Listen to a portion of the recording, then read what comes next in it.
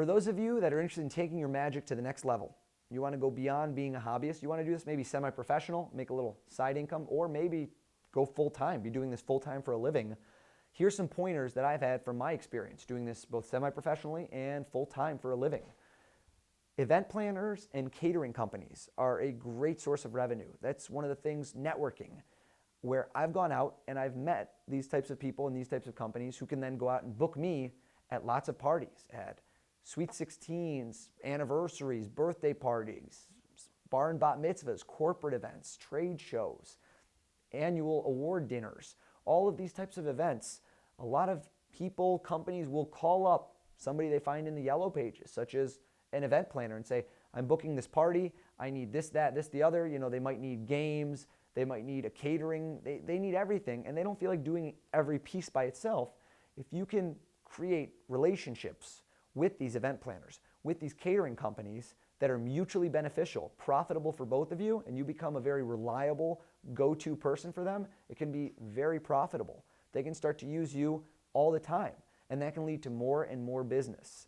I think the best way to do it is call places up. Call places up, and if you have marketing materials or a website, you can send it to them, but nothing is as good as meeting them face-to-face. Trying to set up a meeting and make it very casual. Say, I just want to come in 5 minutes, just say hello, give you a quick demonstration of what I do, maybe during your lunch break one day, and try and be persistent. You want to make this a win-win for people. That's the key. Their nerves are probably that, oh, you might not be that good, or you're just going to bug them, or you're trying to sell them something and you're not going to leave. Try to take away their worries before they get there. Address the concerns that you know they're having in their mind in advance. Tell them, listen, let's do it when you're not busy. How about lunch hour or after work sometime? Just real fast. I'll swing by 5 minutes. I've got to get going because I have a few other things. I'll just come by real fast, show you guys a little what I do, drop off a business card. I just want to say hello. It's very hard for somebody to say no to that because they're not expecting you to stay for a half hour. You even told them, I can't stay long.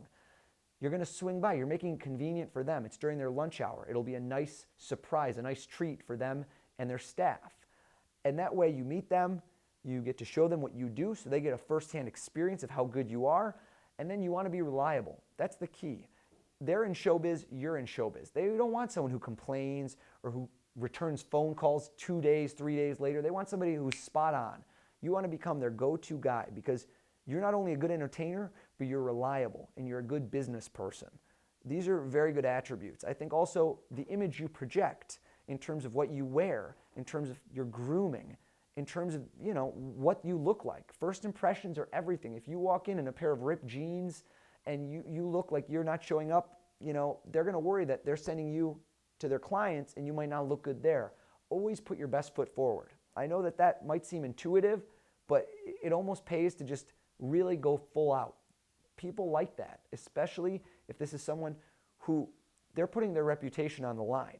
A catering company like this, in order for them to start to book you to their clients, they need to know that you're 100% going to be there. You're going to show up on time. You're going to be great. And they're going to get accolades because they're going to get the same praise you are. The client's going to go back to them and say, man, you were fantastic. That guy you gave me, he was awesome, made the party. And when they hear that, they're going to want to book you more and more and more. Plus, they tend to make money when you make money. When they book you for a party, they're making a percentage or they're making a fee on top of it. So it's good business for them. This is just one aspect. That's something I feel a lot of people don't know about, and it works very, very well.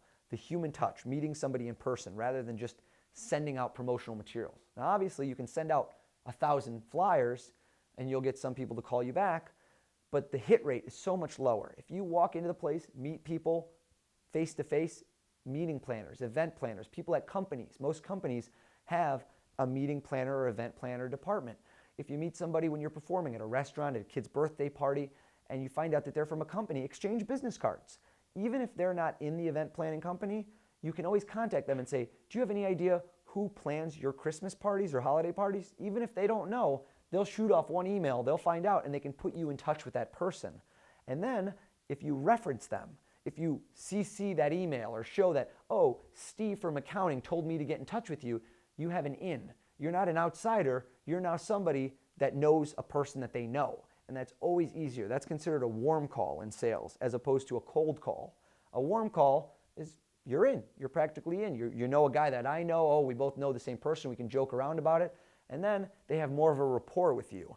So it's more easy to ask them, oh, you're having this holiday party. Can I send you some information about what I do and how I can make your party a huge success? These are all little tidbits that I've learned over the years. It's one thing to read them or hear them. It's another thing to start to do them and see how they work. See how, one thing leads to another. Networking, going out, and frankly, having a little bit of, how would I call it, chutzpah. Sometimes if you hear about something, make your own luck happen.